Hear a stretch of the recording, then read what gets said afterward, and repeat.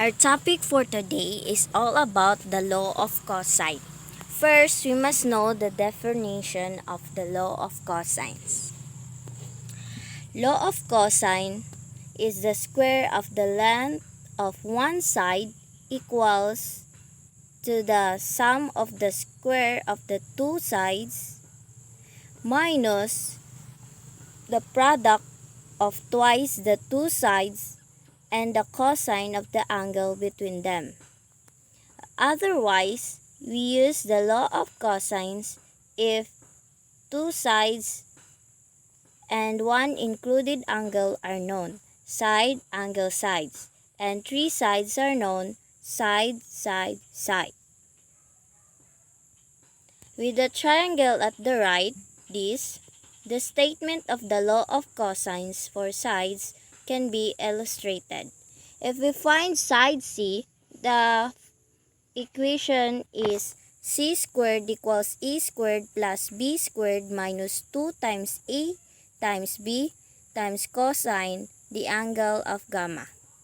If we find the side C, if we find the side A, the equation is, or the formula is a squared equals b squared plus c squared minus 2 times b times c times cosine the angle of alpha.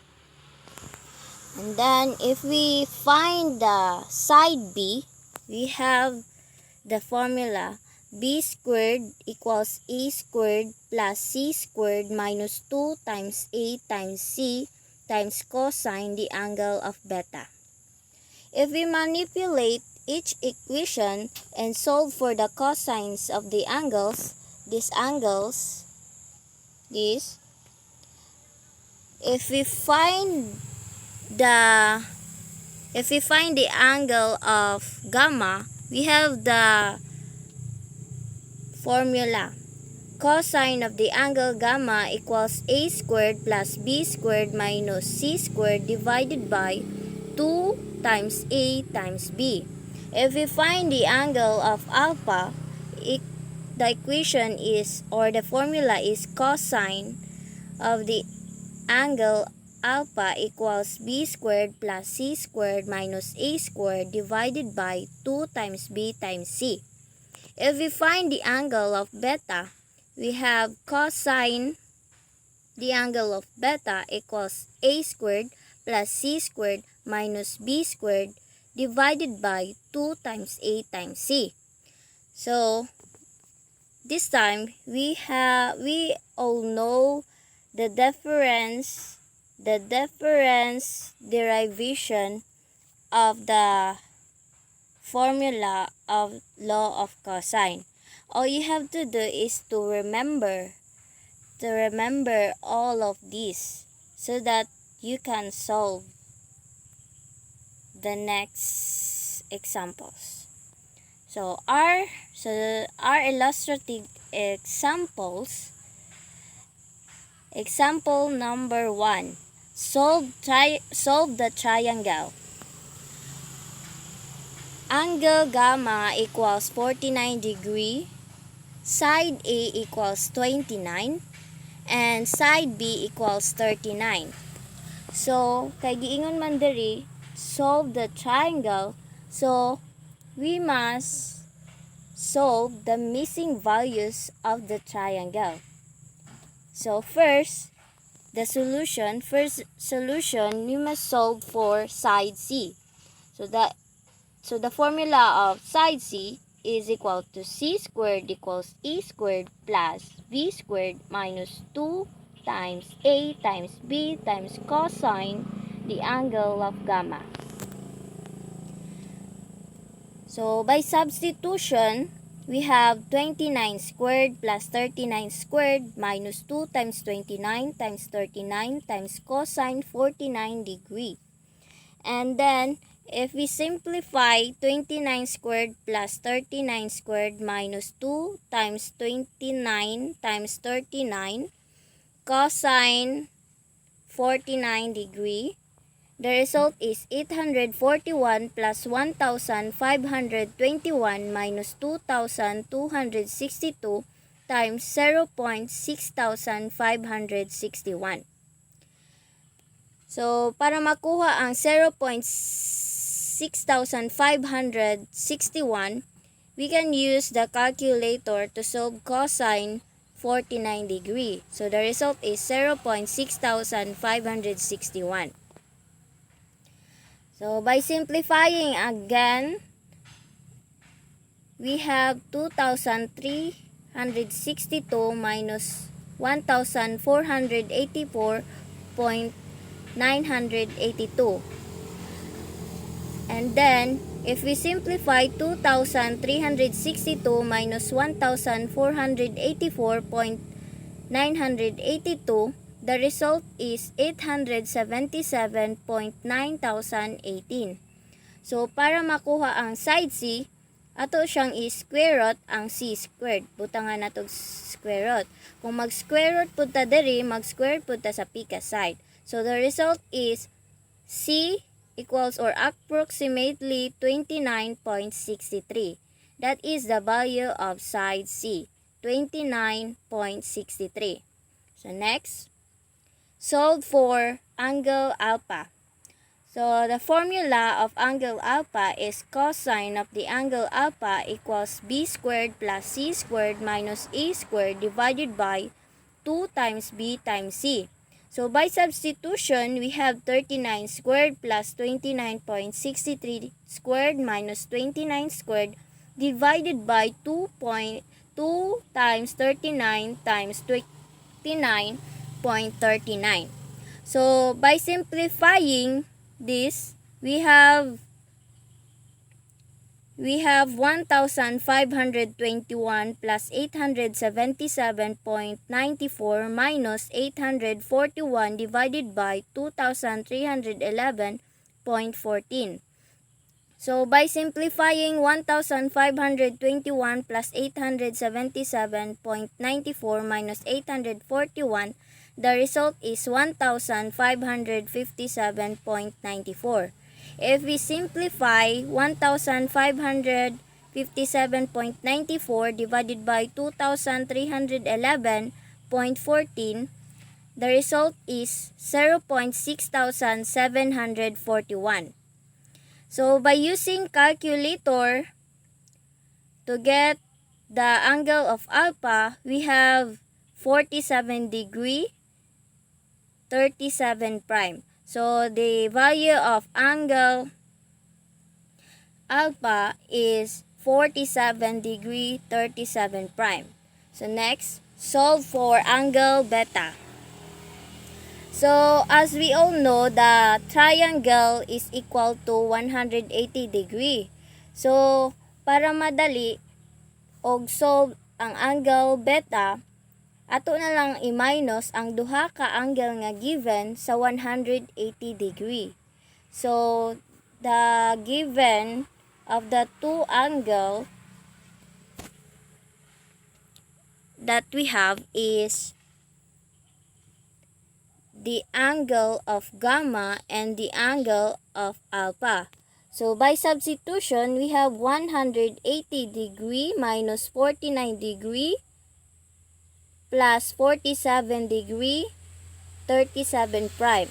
So, by simplifying, we have 180 degree minus 96 degree, 37 prime equals 83 degree, 23 prime. So, the value of angle beta is 83 degree, 23 prime. So, that is the solution of example number 1. So, next, example number 2. Find the angle of gamma if side A equals 3 and side B equals 7 and C equals 9. So, here we go. The solution is, we have the formula of cosine of the angle gamma equals a squared plus b squared minus c squared divided by 2 times a times b. So, by substitution, we have 3 squared plus 7 squared minus 9 squared divided by 2 times 3 times 7. So by simplifying of 3 squared plus 7 squared minus 9 squared divided by 2 times 3 times 7, we have the negative 23 divided by 42. If we simplify this, negative 23 divided by 42, the result is negative 0.5476. So by getting to get the angle of gamma, we need to use the calculator. Then the result is 123 degree 12 prime. So the value of angle gamma is equal to 123 degree 12 prime. So next, example number 3. Solve the triangle if side A equals 31 and side B equals 36 and side C equals 42. As we can see, the given is all sides. So, is all sides of the triangle. So, all missing value is the angles of the triangle. So, the solution is solve for the angle alpha. So the formula of the angle alpha is cosine of the angle alpha equals b squared plus c squared minus a squared divided by 2 times b times c.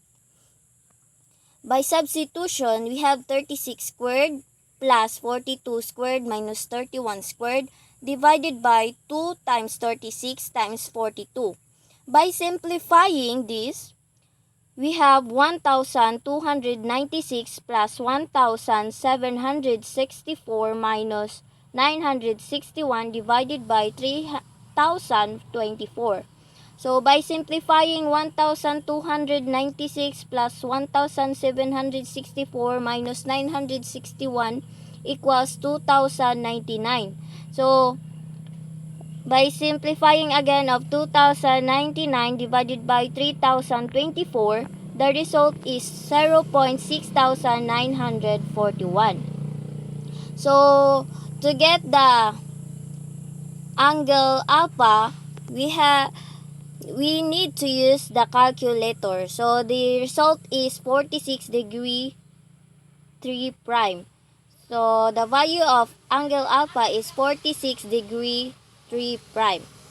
So next, solve for angle beta. The formula of angle beta is cosine the angle beta equals a squared plus c squared minus b squared divided by 2 times a times c.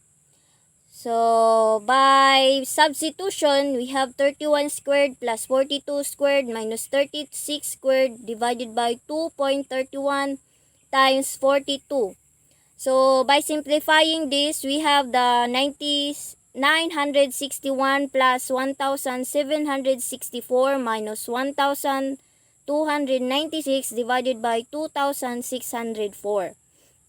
If we simplify 961 plus 1,764 minus 1,296 divided by 2,604, the result is 1,429 divided by 2,604.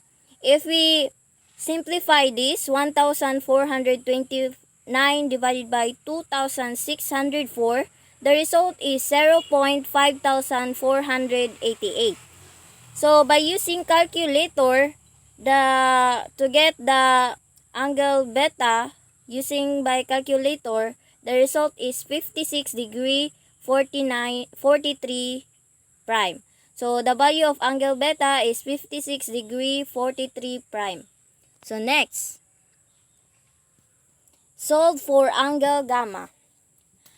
The formula of angle gamma is cosine angle gamma equals a squared plus b squared minus c squared divided by 2 times a times b.